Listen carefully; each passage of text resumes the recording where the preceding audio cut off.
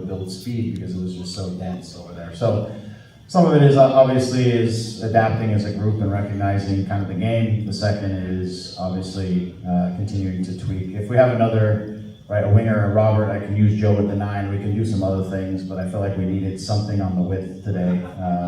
And Harbor's just coming back. He's only been in training for a few days, so we really were a lot of midfielders, fullbacks at the moment, and Marco. So it was, again, as guys get a little bit healthier and so on and so forth, and eventually guys will start to come in, we have to build out of it.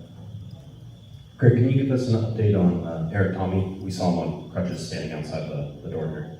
Yeah, I don't know. That doesn't help us either, that Eric went out so early, but I don't know actually even what he did. I don't have an update at all, so sorry. And then obviously with Marco in sort of that false 9, something you guys have played with before, but it seemed like Lucas was up higher trying to sort of press into that back line. Was that the game plan there?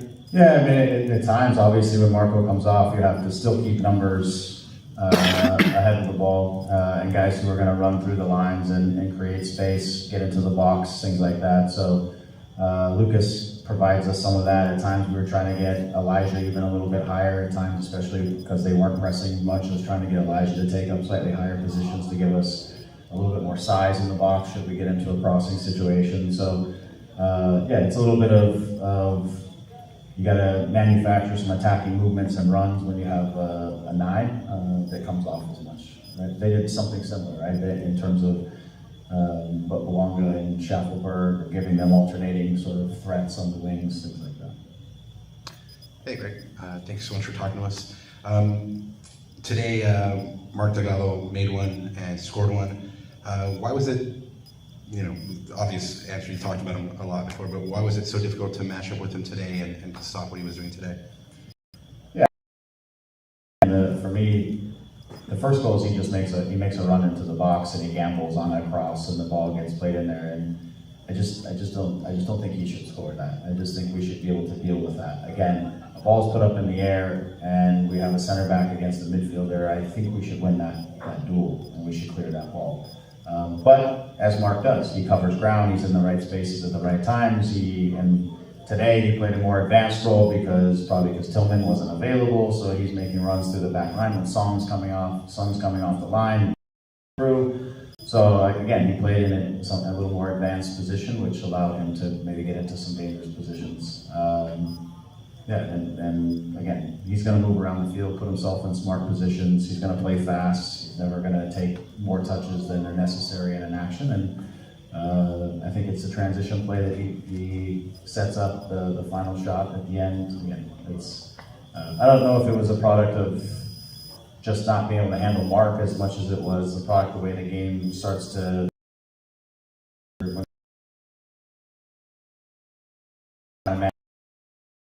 press, take chances out of pressing, and then there's space on the other side of that.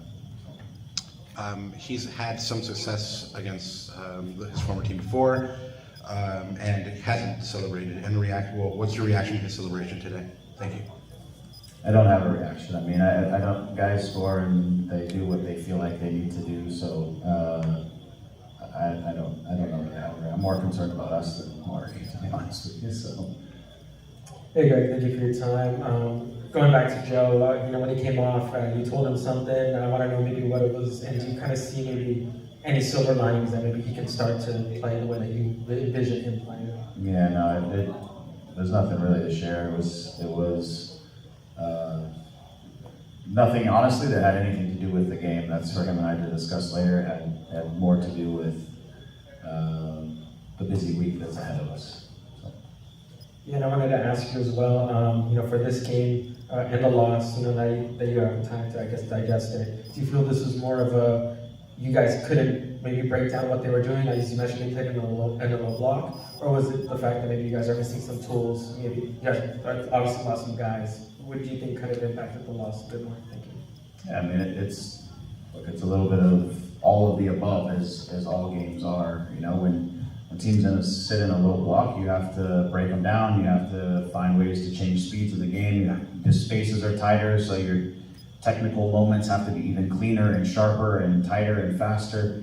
Sometimes it's nice when teams sit in low blocks. right? To have when you're starting to whip balls into the box, that you have somebody, but it's a little bit of, they played us in a way that made sense for them and who they are and what they did. We were unable to, again, manufacture opportunities, which we could have done in different ways. And we also, for me, we conceded relatively soft goals, which then plays into the hands of a team that wants to sit low and use their pace going in the other direction. And we get put into a position where we're trying to manufacture opportunities either through, again, the press and the transition, because it's hard to break them down. And we know if we whip balls in the box, our look is for Lucas to get on to the end of it or someone like that. So it just becomes a game where we start stretching ourselves in different ways to try to manufacture, like I said, opportunities. And that plays into the transition possibilities for a team like them. They didn't, we dealt with a lot of them to be chances in transition, but the way we give up goals is, for me, it's too easy in a game like this. You can't do it that way. Hey Coach, Jim Alexander here. Are the next few games sort of just getting through and surviving in a sense before the reinforcements Klaus is not far away, and potentially there's going to be someone coming in from the signings transfer window? How do you approach sort of this game, the next couple, and the next week or so? Is it just to sort of get through whichever way you can and hopefully get some points out of it? Maybe to be honest with you, I have a really hard time thinking like that. Like, that's just never how I've approached with my teams. I do think, and I said to the guys, like, we do have to be very stingy defensively, which I felt like we were doing a better job of down at the end of the first half of the season. I thought we were very stingy defensively. We were pragmatic when we needed to be. We were doing a good job. So again, like, it doesn't matter who you're playing or when you're playing. If you give up soft goals, it makes the game really difficult. It doesn't even matter who you feel. It just means that you're making the game difficult for you. So again, we as a group need to, and the guys that are out there need to keep building towards the identity of who we are, where we're going, be stingy on the defensive side, and as guys get fit that are here, they'll step into roles that hopefully can continue to make a difference. But we don't have time. We don't have time to wait. We just have to push. So what did you see from him? And Yeah, what's sort of behind JT's that? coming back from an injury, knee surgery. Just a very minor thing. He's only trained a couple days. He wasn't connected to the group just yet on 2 very short training sessions. So we felt like it was important for him to get a couple more sessions under his belt before he's ready to step back in. And that was the main reason. I didn't, off the top of my head, I didn't think Novak hurt us, and I don't think maybe he could have broken the press by playing through the lines. Instead, he played it to the outside, and it kept us under the press. But I mean, that's me being harsh. At the end of the day, he was fine. He was fine. Just before whistle went, it felt like the team was not on the ascendancy, but there were things happening, positive things happening, and then the penalty came. Do you think that killed you? Right before half? Yeah, it definitely, I don't know if it killed us, but it definitely hurt us, mentally, physically, because mentally, when you recognize that you're having a challenge to create opportunities and you give up that second goal, it becomes a bigger stretch, to win, which is what everybody was out there. It means you got to come up with 3. So it just becomes an exercise in shit. We haven't gotten many great chances out of this, and now we're down 2, and so it becomes a mental hurdle that you got to come out and just push through. And the first thing you got to do is start creating good chances, get the first one, and then build off of that. But this I feel like when you're down 1, the second goal can give you a little bit of a gut punch right before a halftime, for example. So I think not good timing, not great goal, but I've kind of said that about all 3. We've had the World Cup break, now we're back. Do you feel like simply today you just lost to the better team? I think we lost today to a team that executed better than us on the day. They executed their plan. They stayed low. They made the game very difficult for us. We did what we can't do, which is gift goals in a game like that. And so they executed better than us on the day. They were more dangerous in more moments. So I I never want to say a team's better than another team. I think it comes down to the day they were able to execute on their plan, and we were too easy to concede in the moments that we can't afford to concede. Greg, I have one more. Obviously, there's real pressure at these next couple games just because of the fact that you guys are right on the playoff line, and if you start heading south here quickly, you can get away from you guys, right? You have a short bench right now, and you probably need some reinforcements, but I don't know that anybody's going to make that sort of excuse right now. So how do you manage? And I know you talk about managing, one game at a time, but there's real pressure here on this, on this club for where they sit right now. Yeah, again, I think we have to be stingy, diligent, and how we're defending, how we're working defensively. We have to maximize our opportunities. In the next game we may create more opportunities than we did tonight, but tonight we were finding it difficult to create opportunities for sure. We'll look at it, review it, see if we can find different ways, get guys who are here healthy. I think guys who were able to get 30 minutes are going to can play bigger roles in the next game. They just haven't played much straight lately. So yeah, we recognize very clearly where we're at and that we need to grab points here along the way, and that it's a busy second half of the season where you don't have a lot of time to give away points and then try to work your way back. So we're all very aware of where we're at, but I think for us again, we still have to approach this one game at a time and reorganize for the next game and look for the best approach to try to take 3 points out of the next game. Thanks for your time, Greg. All right, thanks. Thanks, Greg.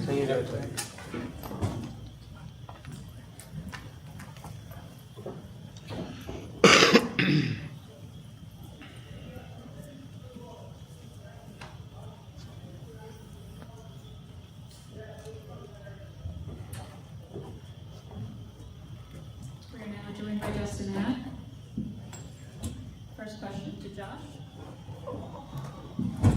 Hey Justin, thanks for talking to us. Greg said that maybe you guys shipped some easy goals tonight. He said that maybe you need to be more stingy. What needs to happen for you guys to be better on the defensive side of the ball when you maybe know there's limited offensive options right now? Yeah, I would also add we were a bit unlucky. I think the first goal was ricocheted off Delgado, off Jacob, back to right in front of him for the finish, and the penalty, the balls were bouncing around. I'm not aware that Puang was behind me, and I kick him. And then the third goal was just a little bit too easy from them. We know how. I think I thought we did a good job limiting their transition, which is what they're really good at. It was a little bit of getting unlucky in these moments. I think we also had the ball bouncing in their box a few times, but it always seemed to fall to them today. So I would say a part of it was a little bit just in those situations. And maybe you heard the question I had for Greg, but there's pressure here for you guys right now. You're sitting on that playoff line. There's not a lot of room for error, and this second half of the season is going to come fast, whether you have to play. What does the mentality need to be for this team down even in the next 3 or 4 games? Yeah, no, 100%. I feel like every game has to be like a playoff game at this point. The teams are close around us. It's not too far from the third, fourth place, but it's also really close to the 10th, 11th place in the standings. So we need to treat every game like a playoffs, and this was definitely not a step in the right direction. I think nobody is proud or happy with how that game went. We all expected much, much more, but that's something that we have to learn from and do better. Hey, Justin. Thank you so much for taking the time to talk to us. Greg mentioned that he doesn't believe that the better team won, but that the team that executed better won. Where was the problems with execution? Was it found just in the heat of the moment, the pressure of the moment, or just things that you guys haven't been able to master yet? Yeah, I want to say maybe a part of it is I think we tried to force the ball too much to Joe in slower moments. I think we got the ball to him a little bit slow, so they already had 2 players in front of him, which isn't ideal. You want Joe running 1v1, but I think a lot of credit to them in their game plan. They sat back early, didn't really press, and then, like I said, they kind of found one goal out of nowhere. And from then, it's going to put a little bit more pressure on us because they're just sitting back and defending. But I think we need to be more creative and take more risks going forward. that goal out of nowhere that you're talking about, I believe that you're mentioning the penalty. What does that do to the team mentally when you guys get that goal? Like, just speaking for you, like, what's going through your head at that point? Yeah, I think the worst part is it came right before halftime. I think 2-0 and 1-0 is a totally different game. So I think that kind of deflates the energy a little bit. And I think already when we're maybe struggling to find opportunities going forward, that second goal right before halftime, it hurts us a lot. So that's something that I should have done better in. Hey Justin, thank you for your time. Just wanted to ask you, when you guys walk back into the locker room, you guys are in there, I mean, what's the vibe? What's being said? I mean, who's kind of regrouping you guys? Obviously, you guys have to beat that. No, I think it's a little bit of everybody. Like I said, nobody is happy. It was a very poor performance all around, defensively and offensively. I don't think there's really any positives to take from the game, and that's we have to look at what we can do better, improve a lot. Because like I said, every game is going to be a playoff game, and our goal is to make the playoffs, and we're not going to do it playing like that. Yeah, and I wanted to ask you from a player's perspective, obviously you guys were off for a lot of time. Did it maybe take some time for you guys to get back into the rhythm, kind of maybe edge the rush off? Obviously this is a rivalry game, it feels intense when you guys come out, but as players, do you guys feel that rustiness? And I guess that's what I think we feel it, but they feel it also. So it's no excuse for us. We're not looking to make excuses, obviously. I think people have been saying it's a little bit strange to have such a big rivalry game after the long break, but that shouldn't matter at all. We should be able to come out with energy and perform better. Justin, Jim Alexander here. With the crowd support, does it sting extra more? Not only is it rivalry, but the crowd came out in pretty big force to support the Galaxy tonight. And does it bother you seeing that the small portion of the LAFC crowd sort of taking over at the end of the game? Is that something that you guys notice or stick with you too and kind of irks you maybe? Yeah, that bothers. That's on us for the performance we put out. That bothers us a lot. It's not, like I said, something we're proud of, and the only thing we can do now is make it right next game. And going forward, we need to do better as a team to make sure we give the fans what they deserve. And with a quick turnaround, is this kind of an ideal thing that you get a game on Wednesday? There's kind of a lot of games coming up to maybe get this out of your mind and come back stronger in that sense? Yeah, I mean, the best thing to do is put on a good performance next game. So I think we have to take that as a positive and do exactly that and bring a much better performance on Wednesday. Hey Justin, Jim just talked about the quick turnaround. I think in terms of defensively, do you think that organizationally as a back 4 or 5 with a goalkeeper, you're there, it's just a matter of those individual moments just cleaning that up? Or do you think there's other things that you need to work on communication-wise or leadership-wise, those soft things that we don't see? What's your assessment of the back 4 right now? I would say after to the first one, to before the break, I think we were really starting to find a good rhythm defensively away in Seattle, and Houston scored a goal from outside the box. Other than that, didn't create much, so I think it's about finding that again. But today, I think it was really just a few moments that cost us. And when we played against a good team, they're going to punish you, and that's what happened today. Justin, I have one more follow-up. Was that a penalty? Did you think you got the ball, or did you get it? I definitely touched the ball, but I'm not going to say that it 100% wasn't a penalty. I kicked in 2. I don't know. I didn't watch it back if I got the ball first. But me and Glazis were talking, and he thinks maybe if the ref doesn't call it on the field, maybe they don't go. The VAR just lets it. One of those. But I haven't seen it back yet. But overall, I could have probably done better. Thanks for your time, Justin. Thank you. Thanks, Justin. Good luck Wednesday. Thank you. I'm not leaving. Okay. As Leonardo DiCaprio said. Once done. That concludes this evening's press conference. Thank you all for joining via Zoom and in person. The LA Galaxy will be back in action shortly. 3 games in 9 days.